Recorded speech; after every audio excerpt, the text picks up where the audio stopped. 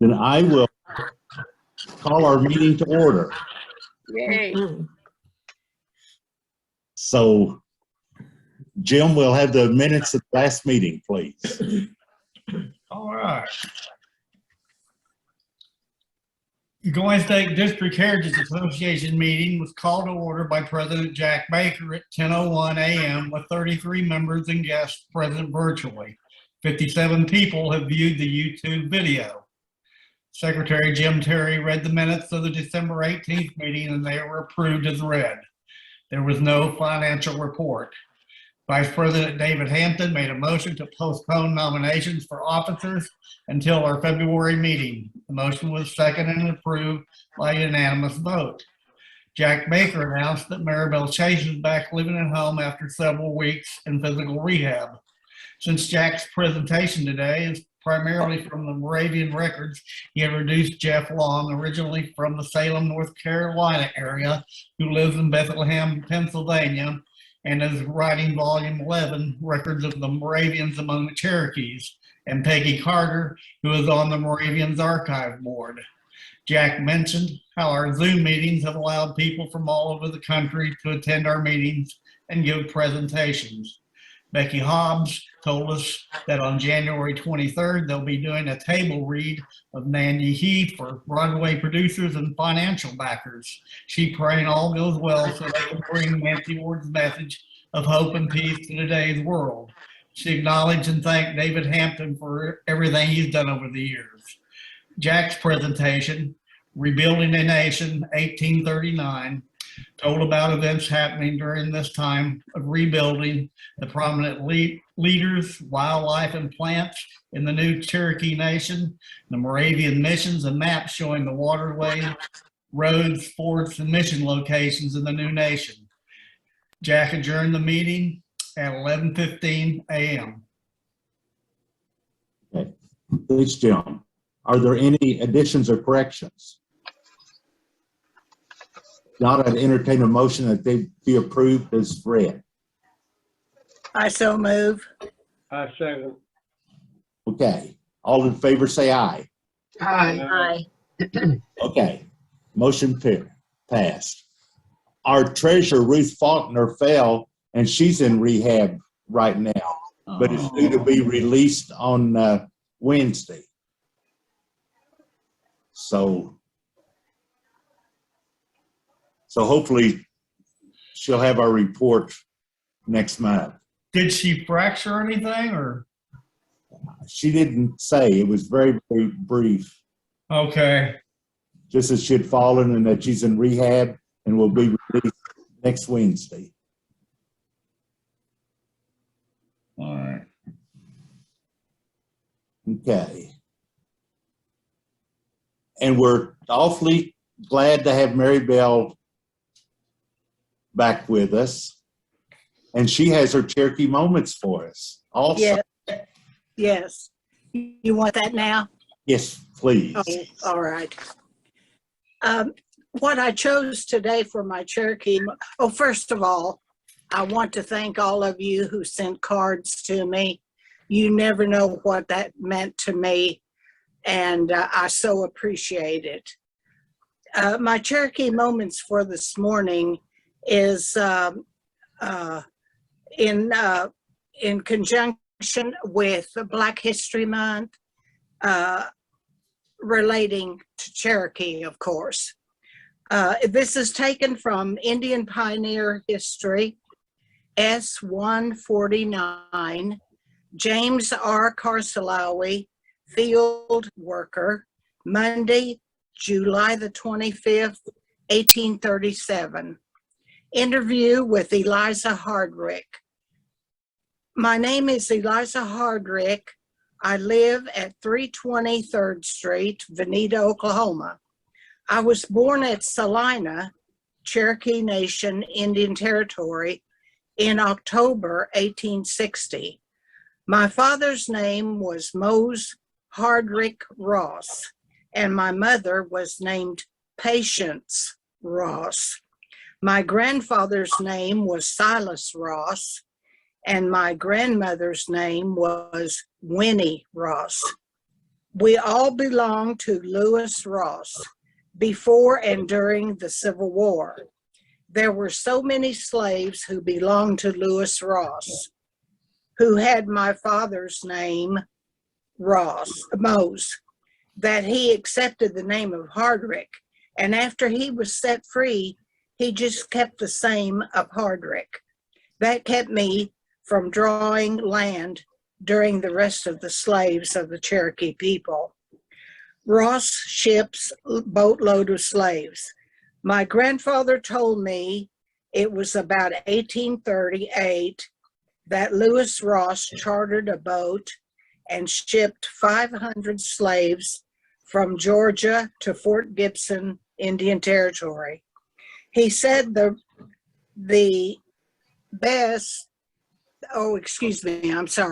He said the boat was in charge of Dan Ross, and that Lewis Ross had came on ahead and had settled on a plantation in Saline District, Cherokee Nation, Indian Territory, where the present site of Salina is now located. He said Lewis Ross met the boat with an armed guard of full-blood Indians and ox wagons and took them to his plantation in Saline District. Here, a lot of the slaves were sold to other Cherokees in the nation, and a lot of them he kept to farm and run the salt works, which he later operated. My father was 6 years old when he landed at Fort Gibson. He said his Uncle George Ross got so scared when he landed at Fort Gibson and saw all of those full-blood Cherokees with guns that he broke and ran and got away, and they never did hear of him anymore. Slaves set free. My father told me that both Chief John Ross and his brother Lewis Ross went north with the soldiers who set us free, and that he last saw Lewis Ross at Baxter Springs, Kansas, where the soldiers turned us loose. He said the Indians were having trouble among themselves, and both the Rosses thought it time for them to leave, and they took that means of getting out of the country. He said they both came back as soon as the war was over. George Ross, one of the slaves, took sick at Baxter Springs, Kansas, and held us back from going on north for 2 or 3 days. He died inside of the 3 days, and we buried him at Baxter Springs. Then we went on to near Fort Scott, where the soldiers told us we would be protected from the Southern soldiers. The soldiers left us ox teams and wagons to go on with, and also a lot of furniture and over 500 head of cattle, which they had taken from the Indians. As winter was coming on and we had no way of feeding them, my father said they only took a few milk cows and ox teams. They were afraid of being caught with all that fine furniture, so they broke up a lot of it at Baxter Springs and left it there. He said they also turned loose something like 500 head of cattle, and that some of them went back home so that the Kansas farmers got a lot of them and kept them. Hardships in Kansas among the slaves. My father said there was no end to the hardships the slaves went through in Kansas after they were set free. The winters were exceedingly cold and work was scarce, and wages were practically nothing. He said they had to do a lot of work to get a little something to eat. There was drought in Kansas while we were there, and there was scarcely any corn raised at all. The price went so high, the slaves could hardly afford to buy it, and they came near to starving. He said they were glad when they could get back to the territory. And that concludes this interview that this lady gave about her father and grandfather. That concludes my Cherokee moments for this morning. Thank you, Mary Bell. We appreciate that. And as we've expressed, we've certainly missed you and your moments. Thank you. Mary Bell, could I ask you a question? There was If one point in that narrative where you said that the man saw all these Indians with guns, full-blood Indian with guns, and then he turned and ran away. Was that at Fort Gibson? Can Yes, you that tell was in the narrative? That was when they got off the boat. Do you know where it was at? No, I don't. Okay. All right. Thank you. Yes. Mary Bell, was that a WPA interview? Yes, it is. It's in volume 63, in addition to what I told you. And the interview was taken Monday, July the 25th, 1837. And the person who was interviewed? Was Eliza Hardrick. Okay. Mary Bell, 1837 or 1937. Yes, that's when the interview was taken, in 1837. And this interview's in volume 63. Yeah, I think whoever recorded that made a mistake because they were talking about living in Veneta, and I think it's 1937. No, it I is. think they made a mistake there. No, it's definitely 1937. It's part of that. Yeah, that's, if I misspoke, I may have misspoke. It's 1937. Okay. Yeah, I think a few of the facts may have been incorrect because his first plantation was there at Park Hill, and he moved to Salina. So I think they were probably off a little bit, but what they remembered primarily was the Salina portion. Yeah, and of course she's remembering what her father and her grandfather told her, Right. which may have gotten lost in the translation. Yeah.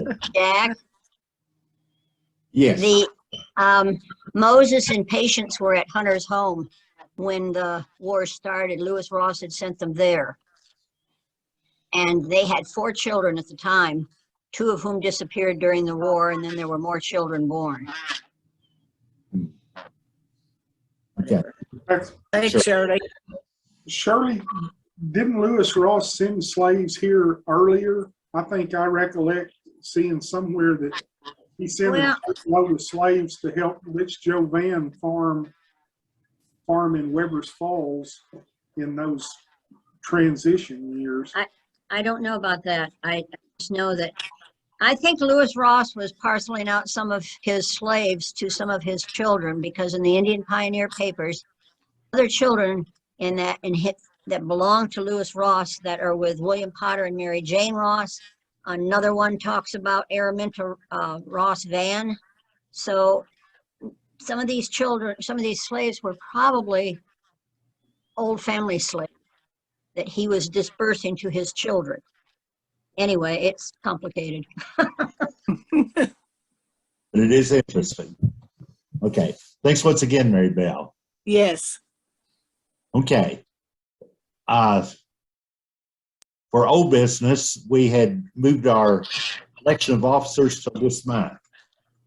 So I will now open it up for our election of officers.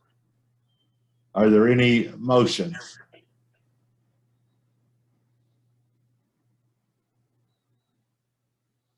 if the current slate of officers is willing to serve, I suggest continuation of success. So is that a motion? Yes. Well, I'm not going to be vice president again, so you'll have to get somebody else for that. Okay. So your motion is that if they agree to, so David is not agreeing to. So do you want to break it out and do the president and the treasurer, and then we'll come back to the vice president? What about if I said the current slate, with the exception of the vice president, to continue, and then somebody else can run with the vice president? Okay. What are the duties of the vice president? To conduct the meetings if the president isn't available. I see. Okay. So, and used to, when I was traveling a lot, that was fairly frequent. It hasn't been the last couple of years, but before that, it did happen occasionally. So, but the motion that Patsy made was to continue the office of president and treasurer. Is there a second to that motion? I second that. Any discussion on it? So all those in favor signify by saying aye or thumbs up, either one. Aye. Aye. Aye. Aye. Any opposed? Okay, then that carried. So now I'll take nominations for vice president.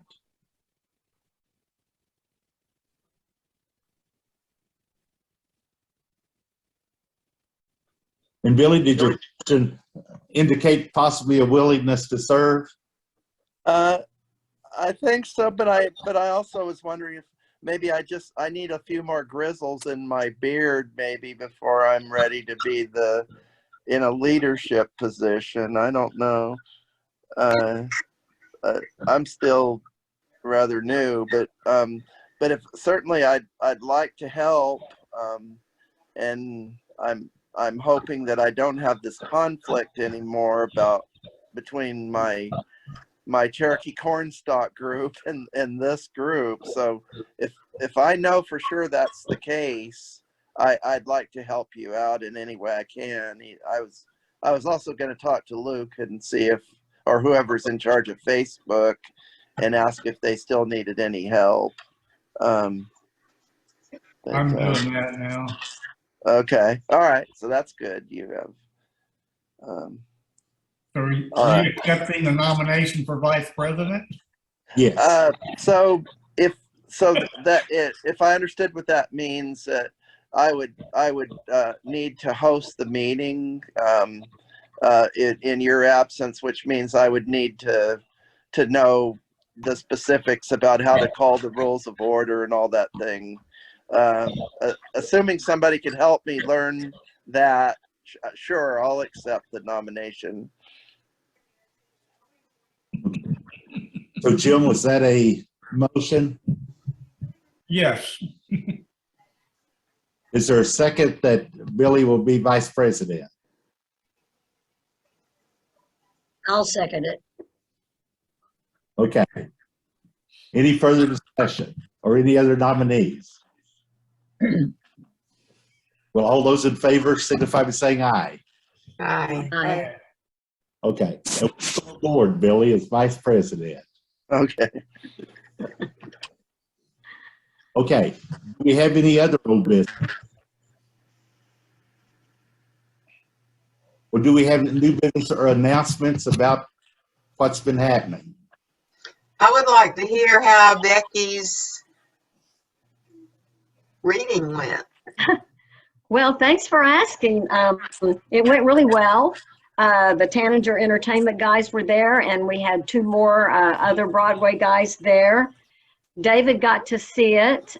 We invited David to be there. It went very well. They're very excited. They want to move forward with discussions, and it ain't going to happen overnight.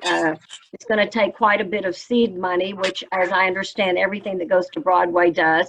But we're moving forward with them. And then the wildest thing, out of the blue, there's 4 guys in Los Angeles that want to do a mini series on Nanyehi.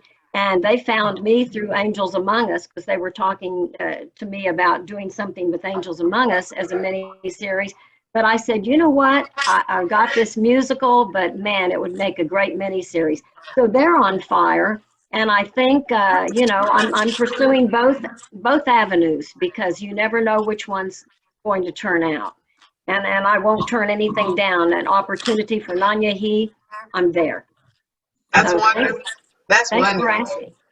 And hopefully both will turn out. Yeah, Wouldn't that be great? Yes. both coasts.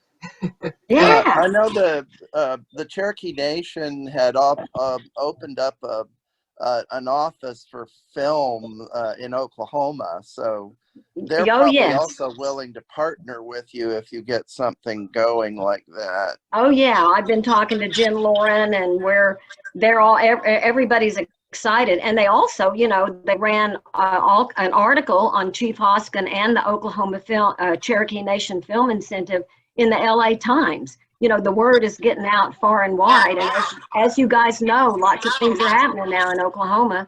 The Sylvester Stallone movie, Tulsa King, and all kinds of things are going on. So, yeah, we're very excited.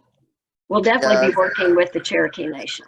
Another thing that would be great if the Cherokee Nation would do it. I saw 2 films on Netflix recently produced by the Chickasaw Nation about Chickasaw citizens. One was Tiata, and the other was Rancher. I can't remember his name. But they were totally produced by the Chickasaw Nation and at least made it to Netflix. I don't know whether they were ever aired in theaters. Part of those, Patsy, aired on our PBS, local PBS. Okay, that was probably Tiata. No, it's some of the others. There's one of Cyrus Harris and the Ranchers and others. But if you go to their website, you can see their various ones. I think, let's see if I can find the name of it. While you're looking, I was impressed that they just took the bull by the horns to tell the story of their own people. Well, it's Winter Fire, a Chickasaw story. Yeah. And they have several videos on there. Okay. And they're all really well done. There's Great. also a film in the works, or I think it's done and just needs post-production, on Zeke Proctor and the Goingsnake massacre that one of our UKB citizens was playing the role of Zeke Proctor, Marcus Thompson. And they were lacking some funds, and then the COVID thing got in the way of their final production. But I asked about that the other day, and they told me that they were looking to move forward and finish that, but I'm not sure what venue it's going to come out in. And then there's also Sterling Harjo in the Creek Nation has made a bunch of, I think, really interesting films with people that are Seminole or Creek Nation as the main characters. And then there's the Reservation Dogs TV show that he's doing. I got a chance to meet him in Tulsa at the Circle Theater or Cinema about a month or so ago.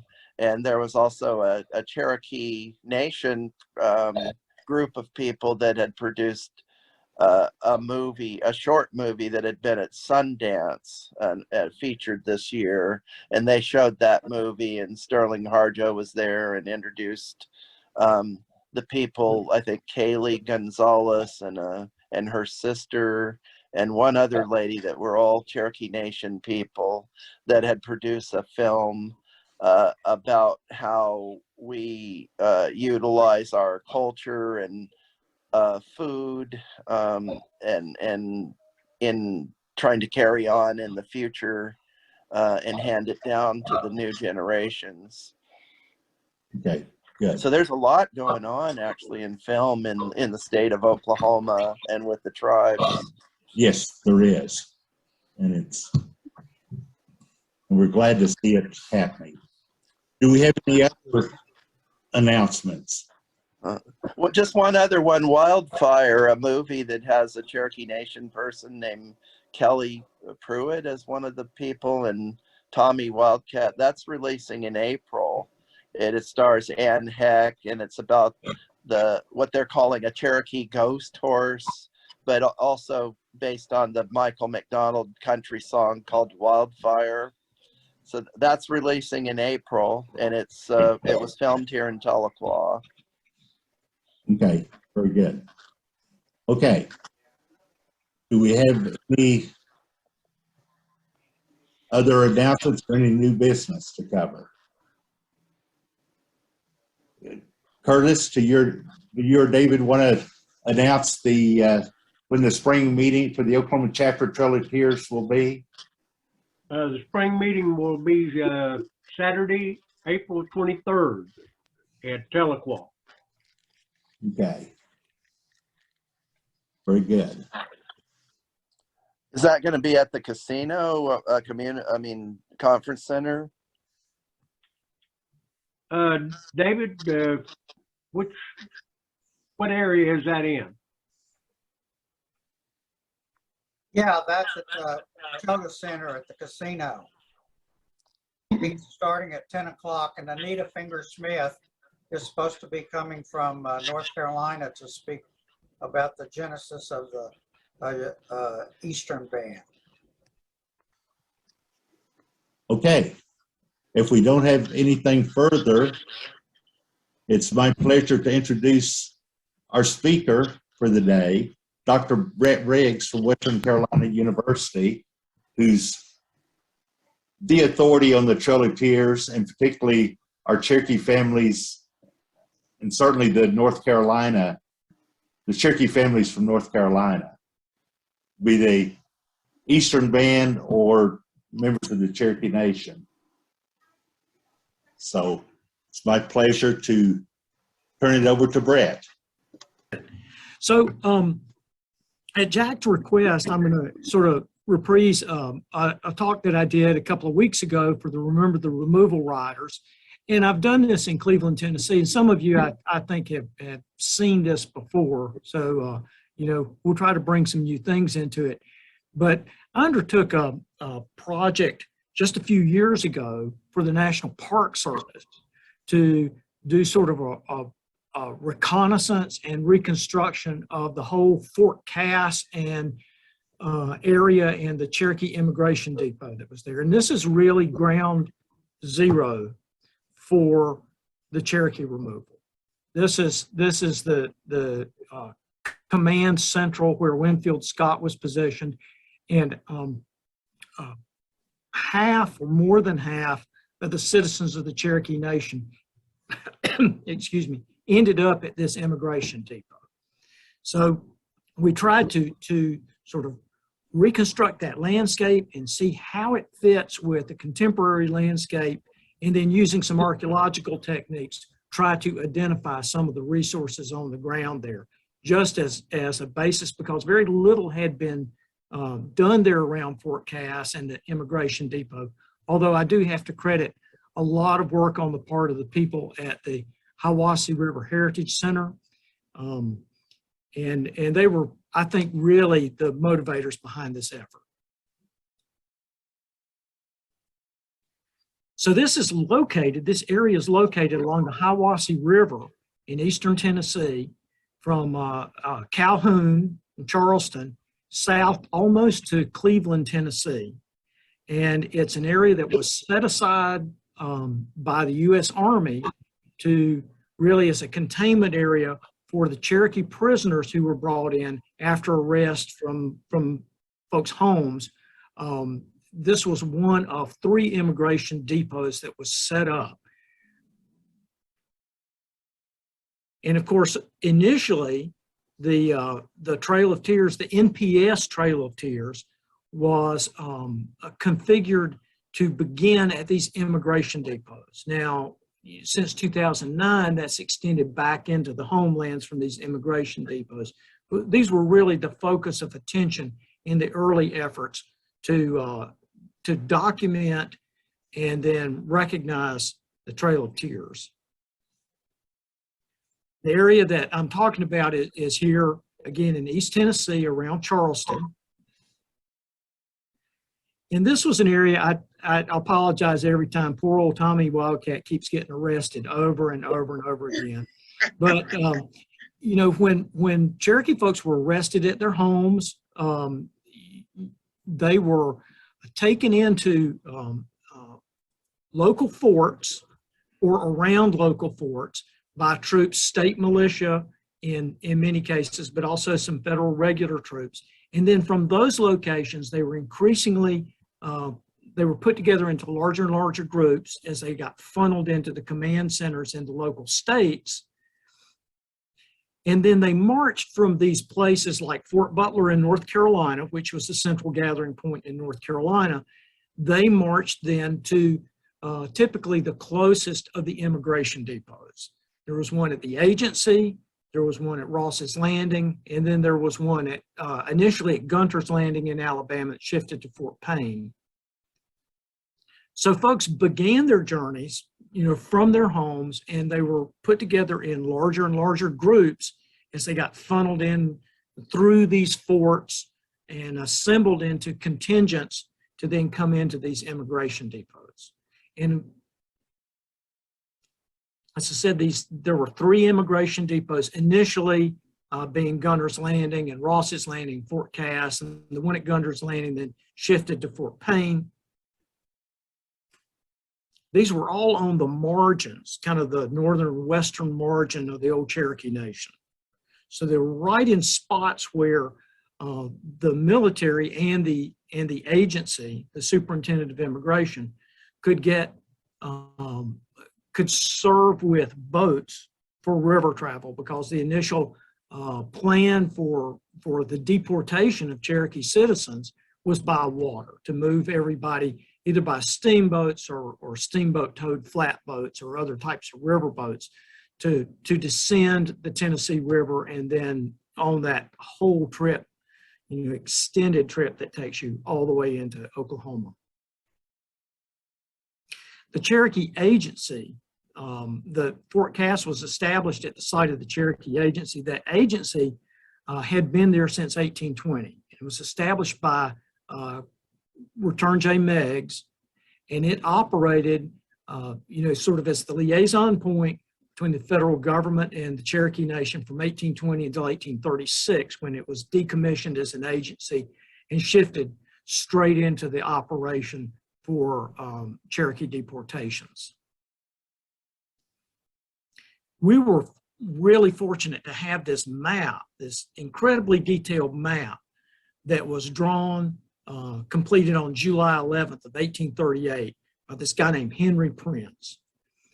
And we'll look at some of the reasons this map was generated. But what Prince shows on here are Cherokee encampments. All these little black hatch marks here are the locations of Cherokee prisoner encampments. He shows a road network, he shows military facilities, and he shows actually some fields and homes of Cherokee individuals who had lived in that area, you know, up until the time of the forced removal. The depot itself was really kind of commissioned by John Wool, General Wool, who was initially put in charge of oversight of Cherokee immigration and operations in Cherokee Nation. He was later removed from that post, replaced by Colonel William Lindsay, and then replaced by Winfield Scott. And Winfield Scott, that chubby cheeked rascal, was brought in there really almost at the last minute in April of 1838 to oversee the military operations for the mass deportation of Cherokee citizens.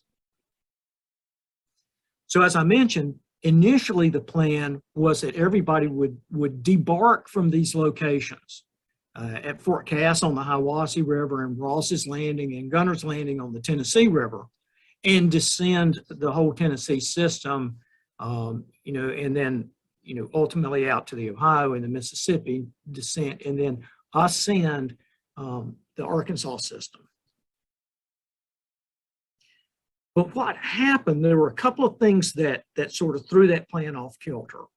One was that there was a growing drought that was making river travel very difficult, even by the beginning of June. And then as the first people were being forced into boats at the beginning of June, there was a lot of resistance to this. And part of that resistance was because people believed with good reason that by being shipped off in June, at the beginning of June, they would be landing in the area that, they said the Arkansas, the banks of the Arkansas, in July. And of course, the immigrations that had happened in 1834 were disrupted when people landed at Fort Smith and in that area, and were stricken with cholera. There was a major cholera outbreak among the immigrants, and the word just came back: if you come out to the Arkansas, you will die, because it is such an unhealthy place. And so George Lowry and a whole group of the Cherokee leaders drafted a petition to Winfield Scott to stop the plan for this immediate deportation by river, and to delay until cooler weather so they could get through that sickly season before being forced to move. And of course, that river trip under the best conditions was very rapid. It would put you into from East Tennessee, it would put you into at Fort Gibson in 16 or 18 days. And so that meant that, there was no time for sort of the adjustment of this situation. And because there had been such a drought that started up at this time, not only were river levels low, but levels of sources of potable water were low. And that's precisely the situation that fosters the spread of cholera. So Lowry and Cherokee leadership petitioned Winfield Scott actually to delay the immigration, and sent this letter on June 9th. Winfield Scott agreed to that proposition, but that meant that the nation was then at a standstill in this movement through the summer of 1838. And that's why this entire large depot gets established. This map is drawn to accommodate the camps of Cherokee citizens who are now at a standstill in this immigration. And the Army, neither the Army nor the Cherokee Agency, was prepared to accommodate people. They didn't have supplies on hand for these long-term encampments, and really had no plan in place. And part of what Prince was doing at the request of Winfield Scott was to try to draw out everything that was there and determine how they could provide rations and medical care, et cetera, to these encampments. Winfield Scott's initial reaction to the Lowry petition was he really wanted to release Cherokee prisoners on their own recognizance, with pledges that they would return at time to immigrate and go back to their homes so they could take care of themselves. The state of Georgia made it very clear that they would hang or shoot any Cherokees then found within the bounds of Georgia. And so Scott couldn't release people.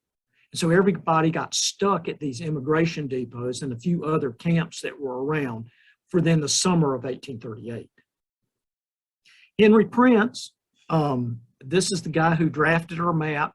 He became one of the founding members of the U.S. Army Corps of Topographical Engineers, what became the Army Corps of Engineers now, and did an exceptional job and gave us great detail for that whole area. And that's the sort of X marks the spot map that you want if you're reconstructing landscapes or you're trying to relocate things archaeologically. Winfield Scott sent a message to the War Department with this map. And of course, he puts a bright picture on everything because, You know, he's supposed to keep everybody healthy and you know, he would claim happy. But he said that he extended the limits of the immigration depot and that it was ample to contain 700 or 7,000 people who he described as being very generally in good health and good spirits. And of course, there are a lot of contrary or contrasting opinions about that. But this is the message that this map went along with back to the War Department. And that map, we can look at that map and relate it to the modern landscape very well. For instance, here on the left is a view of the encampments on South Mouse Creek. Those little hatch marks, hatchers, are the locations of camps. We haven't figured out if there are multiple families or what for each hatch mark. But it is then to enable the Captain Page, who has taken over as superintendent of immigration at this point, to be able to order and disperse rations and send appointed physicians to these locations. So this is how they're keeping track of everything. And while the map is sort of wonky overall, when you get to specific locations, it's very precise. So Prince is on the ground doing these sketches. You know, you can only tell these landforms when you actually get on the ground and see exactly what Prince was seeing. You realize, oh, he was very precise about this. Here we're seeing the road. This is the Alabama road that goes right down Walker Valley. And you can see the camps arrayed around that. And you can also see fields, agricultural fields. These areas, I don't know if you can see my cursor there, my little pointer. These are the rail fences. And these are the cornfields. And these are houses here and here and here. So all up and down that valley. We can use that then to reconstruct that landscape, to begin to label and understand what's going on out on that landscape. For instance, we have mentions of the middle encampment on the eastern fork of Mouse Creek, the southern encampment, the encampments that are around Mrs. Walker's, the encampments that are around Mr. Spriggs's house. And so, for instance, this house shown right here is the home of Ezekiel Spriggs.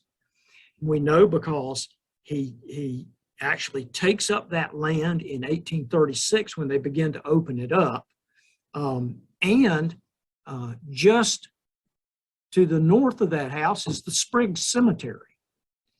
And then here, we were able to identify this as the home of Elizabeth Walker, the former home of old John Walker Sr. She was the mother of Jack Walker. And she becomes really a pretty famous figure in this whole episode through here. But the Army refers to the camps at Mrs. Walker's house. So that's these camps right here. And then the southern encampment, which is at Bellefonte Springs. So we're able then to superimpose Prince's map on this modern map. And what you're seeing here on the right is actually a LiDAR representation of the contours. So this is this is laser derived from aerial laser scans.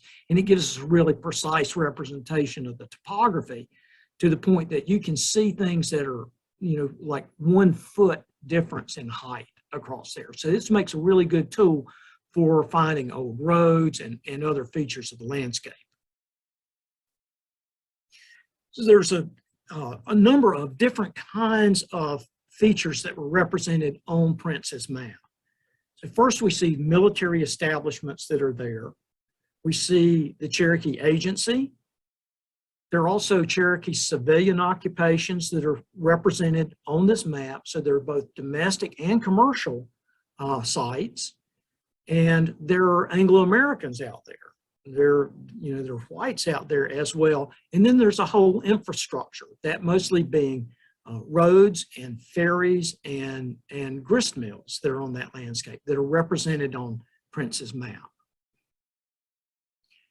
So among the the homes that he shows, that Prince shows out there, are the Cherokee people who lived in that immediate area on Mouse Creek, that are represented in the 1836 valuations of property. So there's Betsy Walker, whose house we saw. There's Blackbird Shoals, and his house is also shown on there. And Standing Turkey, Goingsnake,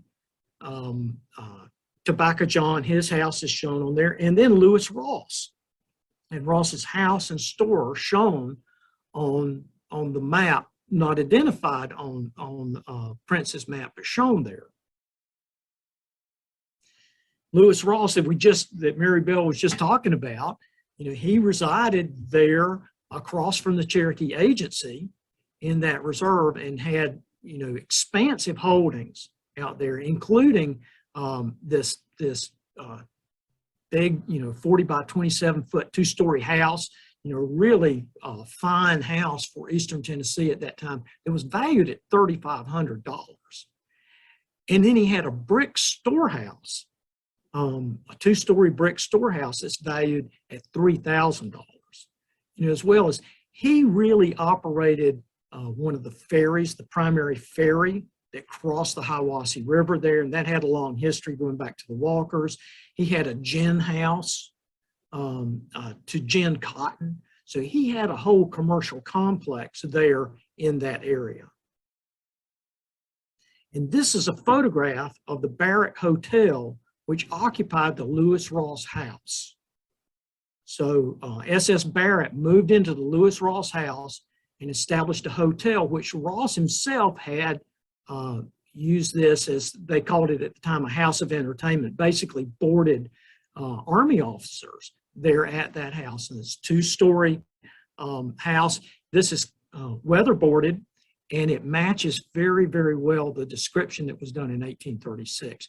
This house burned in the 1880s. And there's a current house on the property that may incorporate some of that. This is a map from 1839 of Calhoun, Tennessee, which shows Ross's house and Ross's store. And those are identifiable on lots that are still extant in Charleston, Tennessee. So you can see these numbered lots here, and they still have exactly the same configuration. Now, this is not a new discovery. People knew where the Ross house was, and had long asserted that this standing early 19th century, early 20th century house was the Ross house, and it may have some elements of the Ross house within it. But the location of Ross's house also keys us in on where the agency itself was. So we have a letter from General John Coffey.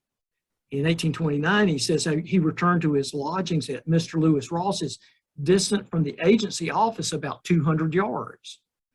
And we know from other descriptions that it's across the creek, and that branch is called Agency Branch.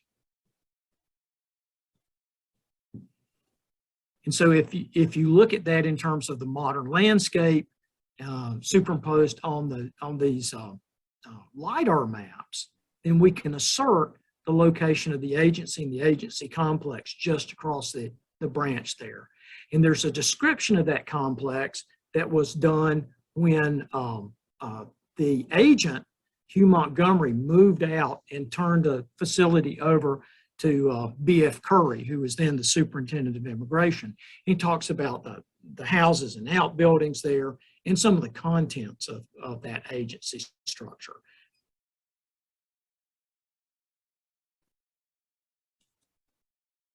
Let's see, my control just stopped working for me. Let's see if it'll cooperate. There we go.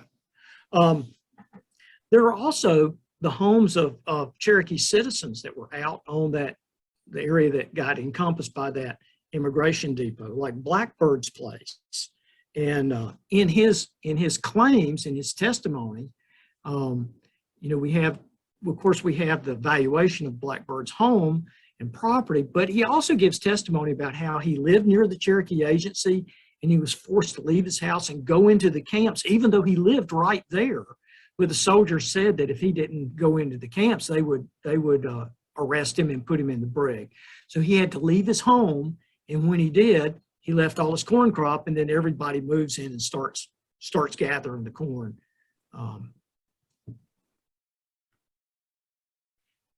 And, you know, while there are lots or a number of houses that are shown on Prince's map, he doesn't label them.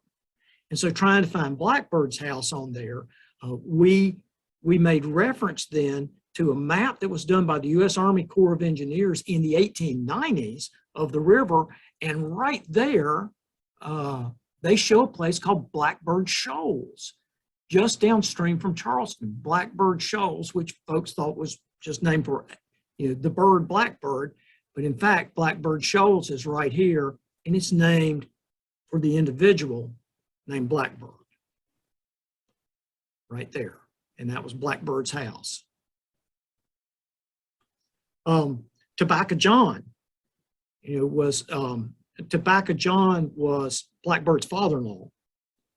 And he says how he lived near the agency, and but that the soldiers were camped close by, and they took all his chickens.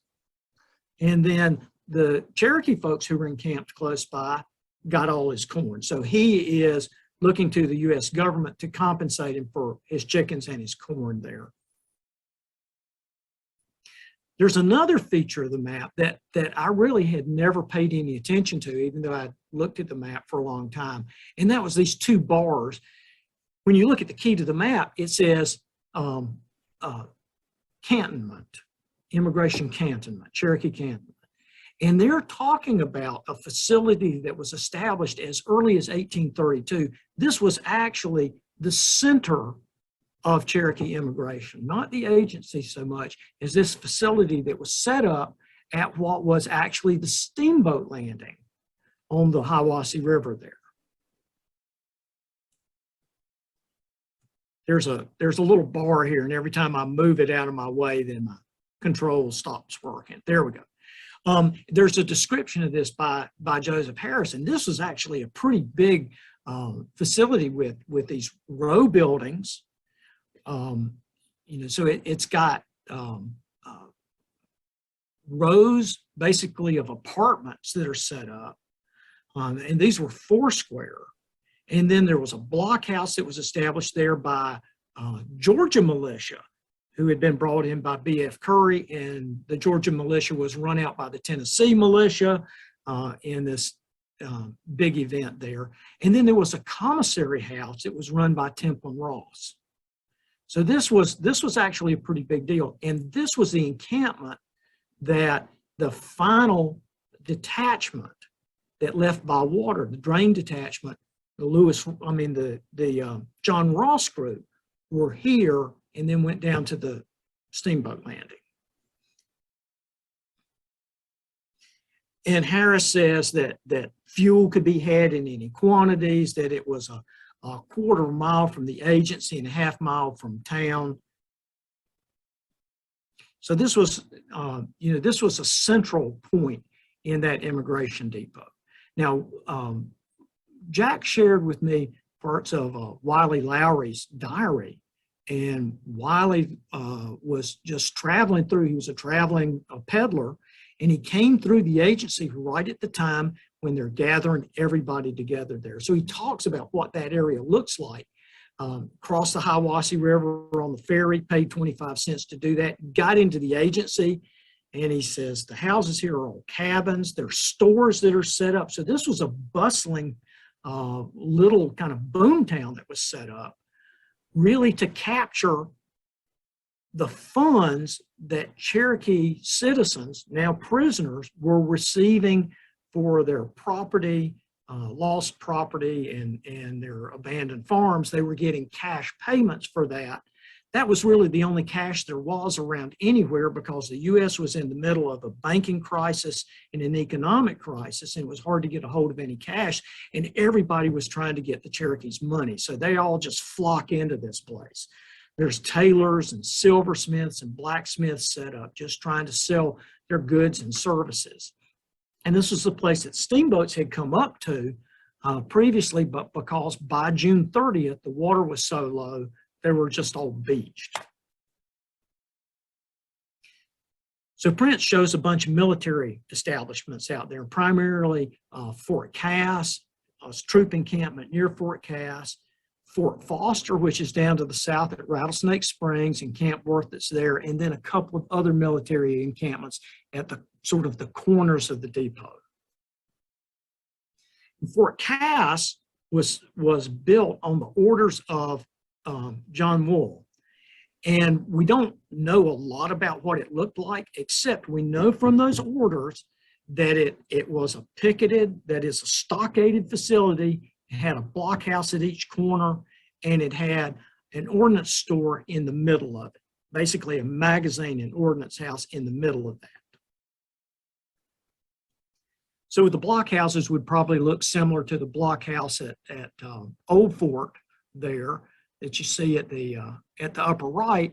And then the plan for these forts with opposing blockhouses was really a common plan for what were described as frontier forts. The buildings were to the interior, surrounding pickets, and these were to keep people out, not to keep people in. So there's kind of we hear over and over again about people being driven into stockades. People were mostly encamped around stockades, and the soldiers were inside the stockades because these were defensive works.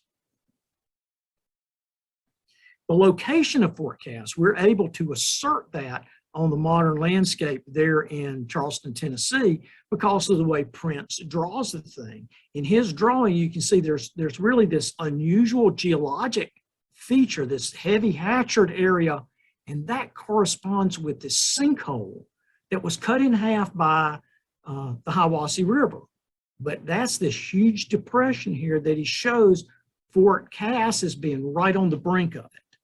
And so that places Fort Cass right in this little residential neighborhood, being just on the western edge of that sinkhole feature. And it's pretty well developed. You know, there are houses, yards, areas that are graded. So we didn't expect to actually see much left of Fort Cass unless we conducted a full-scale excavation there, which wasn't very practical.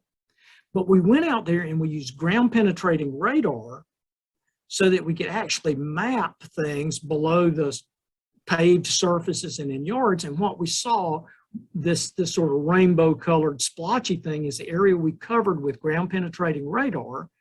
This is Dr. Chet Walker there. And we found out here in the middle of this parking lot what we see as an anomaly.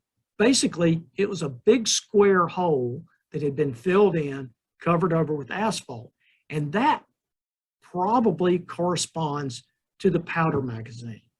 That is probably the subground pit where gunpowder is kept under a covering structure. So this would be right in the center of the fort. And it corresponds pretty closely with the way that Prince shows the fort oriented to that sinkhole there. Down at Rattlesnake Springs, we took a look at Fort Foster, and there's some interesting landscape features there. One, this Newtown Road that Prince shows is still apparent on the landscape. There's a line of cedar trees right here and a road depression, and that's this area right here on the road to New Echota. On this hilltop here would have been Camp Worth, and that was a long-term troop encampment there. And then on the other side of Rattlesnake Branch, here's Rattlesnake Spring right here, and the branch coming out was Fort Foster. And you can see it's at this unusual intersection. And you can actually see that intersection on the ground using LiDAR. So we were able to project Fort Foster in this area right here. And Fort Foster was a smaller facility than Fort Cass, and may well have looked like this drawing here with, the, again, blockhouses at opposing corners of a stockade. When I say you can see this on the ground, this is the LiDAR representation, and you can even see the old plow marks and where people have taken up hay in this field. So it's very detailed. This road shown by Prince is this road that runs right through the middle of that field. Prince neglected to show this little jog in it, but this triangular intersection is right here. And the road then that goes downstream along Rattlesnake Branch is right here, this road. There at Fort Foster, we used a different piece of machinery, different kind of equipment called a magnetometer or a gradiometer, and we did scans of magnetic signatures that were underground there, and we were working around big old round bales of hay and everything else. But we found, this is a plot, and these look like ultrasounds. But what we found there, this is a fence line. They're real sensitive to metal. But we found right out in here what is a possible another cellar type anomaly.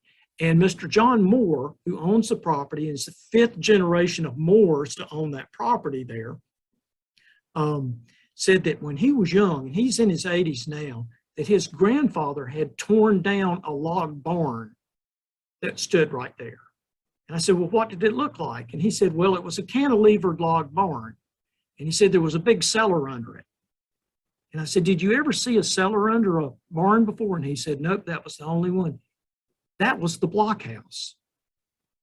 His grandfather, they had maintained one of the blockhouses right up into the 20th century as a hay barn. So this area, this is the ground penetrating radar right there, and that's that same signature, and it was a blockhouse like that. Really the most important thing that's shown on those maps, the most important feature that we wanted to identify out there were the deportee encampments. This place where people, spent their last months in the East, in what had been the Cherokee Nation, and this place that we've heard and read so much about in the accounts, to try to find some physical evidence of these, and also try to understand how these things relate to the modern landscape. So there's a whole series of encampments that we see in military records. They talk about encampments west of the agency, at Bedwell Springs, on Chestooey Creek, and along Mouse Creek. But they also say these camps are shifting all the time, and they become very spread out through the summer. So these are the main camp locations, these shaded areas that I've highlighted here. And we have, some written descriptions. For instance, Wiley Lowry again, he's traveling on the Alabama Road, and he says the camps are thick around the agency. He estimates there's 10,000 people there. That's probably an overestimate. But he's then on the road to Cleveland, and that's the Alabama Road, and he saw camps along the road there. He's traveling through the Mouse Creek Valley. This is an account from the Moravians that Jack shared with me, telling what one of these camps would look like. This is a group of families that had gone up into the camps from Georgia, and they said they cut out a camp in the bush for themselves. They erected a roof on 4 posts, and they had brought along their horses and cattle and dogs and chickens and even their cats with them, because they got up in there really escaping the Georgia militia, but came of their own volition and set themselves up in there. Other accounts say they have temporary camps that are covered with boards or bark that had been their only shelter, and they talk about these cloth and bush or bark tents. And when folks at that time said a camp, they didn't just mean where you build a fire and sit around it. They mean a specific thing. They mean a kind of building. And that type of building is these lean-tos like this. That's what people in that day would call a camp. There were some that were up on 4 posts, others that were on forks and poles, as they said. These lean-tos, often covered with big sheets of tree bark, that would provide some protection from sun and from rain. Of course, they had no rain at all. A couple of thunder showers hit. The sun was brutal, and the temperatures there were brutal through that summer of 1838. After mid-June, they never had another day that was below the mid-90s, and quite often over 100. So everybody, thousands of people who were there in these camps, at Fort Cass are just sweltering in this heat. And those conditions, the drought and the extreme heat, are really exacerbating sickness around those encampments. And these are some of the reports of the military appointed physicians who are in charge of administering to these camps. And of course, this is pretty primitive medicine that they're doing. It's probably no more, if less effective than what traditional Indian doctors are doing, because they're out there, they give people mercury and things like that for the diseases, but they are keeping some count of what's going on in the camps there. What we see, they also keep a count of the deaths in the camp. And there's some narrative, and it looks like much of the mortality in the camps is due to epidemic measles. There's dysentery, and so there were lots of children and lots of old folks who perished around these camps. The physicians' reports sort of downplay this, and I suspect they're very undercounted because, and there's an anecdotal report from Reverend Buttrick where he says that he's heard that 10 to 20 people are dying at the agency every day. So folks are there through June, July, August. They began assembling in September for immigration. So there's a long period of time that there's 10 to 20 people dying every day around those camps.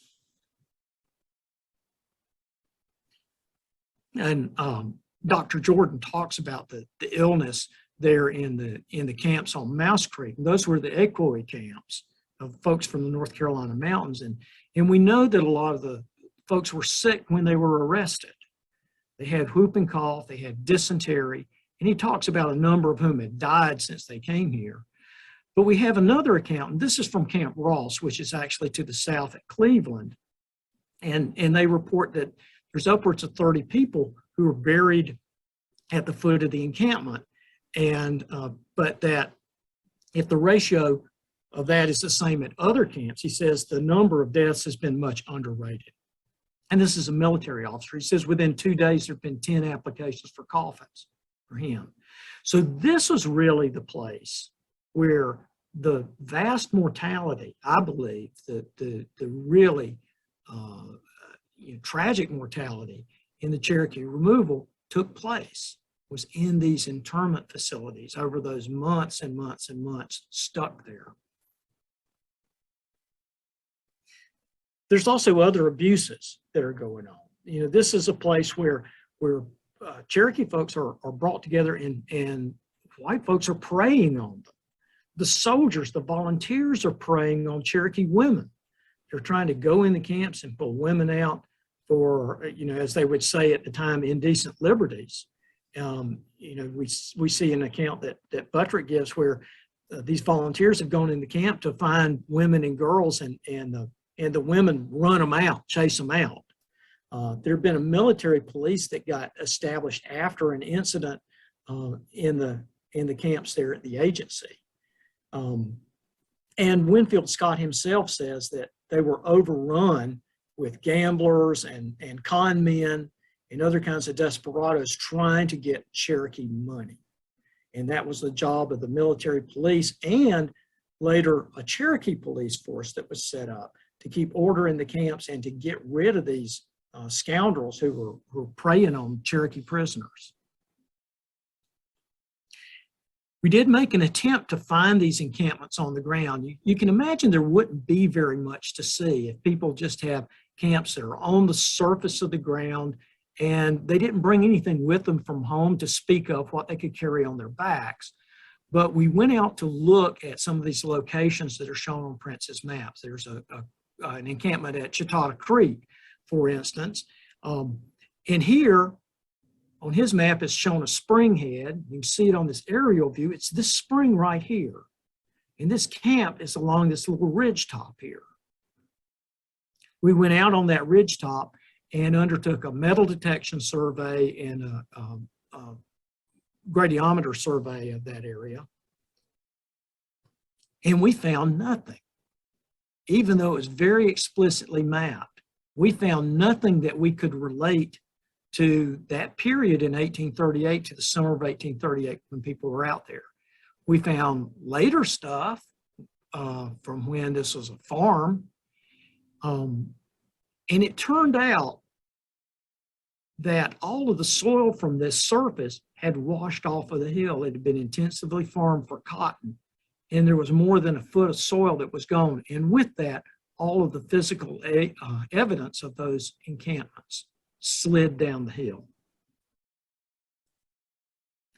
This is just a map of our gradiometry out there, and these bright spots you're seeing. This is all metal. This is the top of the hill where the camps are. These would have been gullies that are now filled in, and then there's metal all along the base of the hill. And a lot of that's from the destruction of a barn down there, but some of it may be materials from those camps that are up on top of the hill. And that's where we located metal in our metal detection survey, those little white dots. So this is a view of that Chautauqua Creek camp. A lot of these camps are up on hilltops, not right on water. And the main reason being that folks could get breezes on those hilltops. And because it was so stifling hot, they had to have places that get air movement. Another set of encampments, and this is out in a big open field just to the southwest of Charleston, Tennessee, shows up along this road that was the road from the agency to McNair's boatyard. And folks had identified that as this contemporary road right through here, the Old River Road. And so we began searching along the edge. You can see these camps are right along the edge of that road. We began searching along the edge of this road. Nothing. We moved on out into the field to begin our search because we said, well, it's not here. It must be somewhere out here. And we began doing magnetometry, gradiometer surveys, and ground penetrating radar, which is a way to find things that are underground, big things, not individual artifacts. And it turns out that that gully right there through that slope is actually the old roadbed of the road to McNair's. This is our gradiometer survey. Again, remember, it's kind of like looking at an ultrasound. And what you're seeing are magnetic features underground. But look, there is a vague feature that runs right through here. It's disrupted here, and then it picks up here with a lot of metal. Turns out there's clusters of metal that are along there and there and there. And it turns out that's the road, and it's buried in that field. It was filled in. One of the things we found along that road was a mini ball from the Civil War that had been dropped out there by troops who were moving along that road. There were horseshoes along that road, but it was totally indistinguishable from the surface. You could not see that road except that one little gully on the hillside. And so we looked along that road and we began to find objects that were dated to the period of the removal, of the mass removal there. So in this place, what we call locus 2, those little flags that you see in the background are the locations of artifacts that date to the 1830s. Turns out there was another camp right up here on the hill, and this is the road to McNair's. And this is the sort of stuff we found. Dutch ovens, where people either were able to bring some of their cast ironware with them or got it there at the agency. A brass trigger guard from a rifle. Cut nails. Cut up brass kettles. Hammered out lead balls. Embroidery scissors. And we found embroidery scissors at 2 of these encampment locations. These are cheap little scissors that were sold in those stores by those sutlers there at the agency that people here at these camps bought, took home, they broke, and they threw away. This these are the last things that people were dropping in the East. These were things that those families who've been dragged from their homes and marched, in some cases, hundreds of miles to this point to Fort Cass and then put it to standstill. These are the last things that left their hands when they were in those encampments. The day that we found this encampment, it was 17 degrees. So I was out working in frigid weather. And I got back to my home, which is about 2.5 hours away. And I told my wife, I said, well, we found them. We finally found the encampments. And she said, how does that make you feel? And I said, it makes me want to cry. Because in much of my professional career, I've been running around trying to document the homes and the families that were subject to this great tragedy. And, you know, I'd looked at these records for 30 years and been dealing with it. And, you know, it's like I knew more about some of these families than I knew about my own families. I felt like I knew these people, like I knew them by name. And then here was this stuff that was their goodbye. This was what they had left behind in that place where they suffered tremendously through the summer of 1838. So what I hope we can do in the future is there around Charleston, Tennessee, is start preserving that landscape more than it has been, and start recognizing there, as the folks at the Hiwassee River Heritage Center have done with, you know, excellent work they've done there, start recognizing the magnitude of the events and the magnitude of the tragedy that occurred on that landscape in 1838. It is truly a haunted place. And, you know, I hate to leave y'all on a down note, but I don't know any other way to talk about this forced deportation. But at least now we have found this place that we can recognize and we can hold in memory for these people. So I'm going to stop and leave you guys with this Fort Cass Immigration Depot map, which really was our I hate to say treasure map, but our way to understand this landscape, and the way that we're able to take that landscape and assert it, you know, on the modern surfaces out there. So when you come back east, this is a place you can visit. You can look at this landscape, I think, with sort of a new perspective to understand how everything is laid out there and where people lived and where people were forced to spend their time in these encampments. So I thank y'all very much for hanging in there with me for this extended presentation, and I would be happy to take any questions you might have, or just chat if you'd like to do that.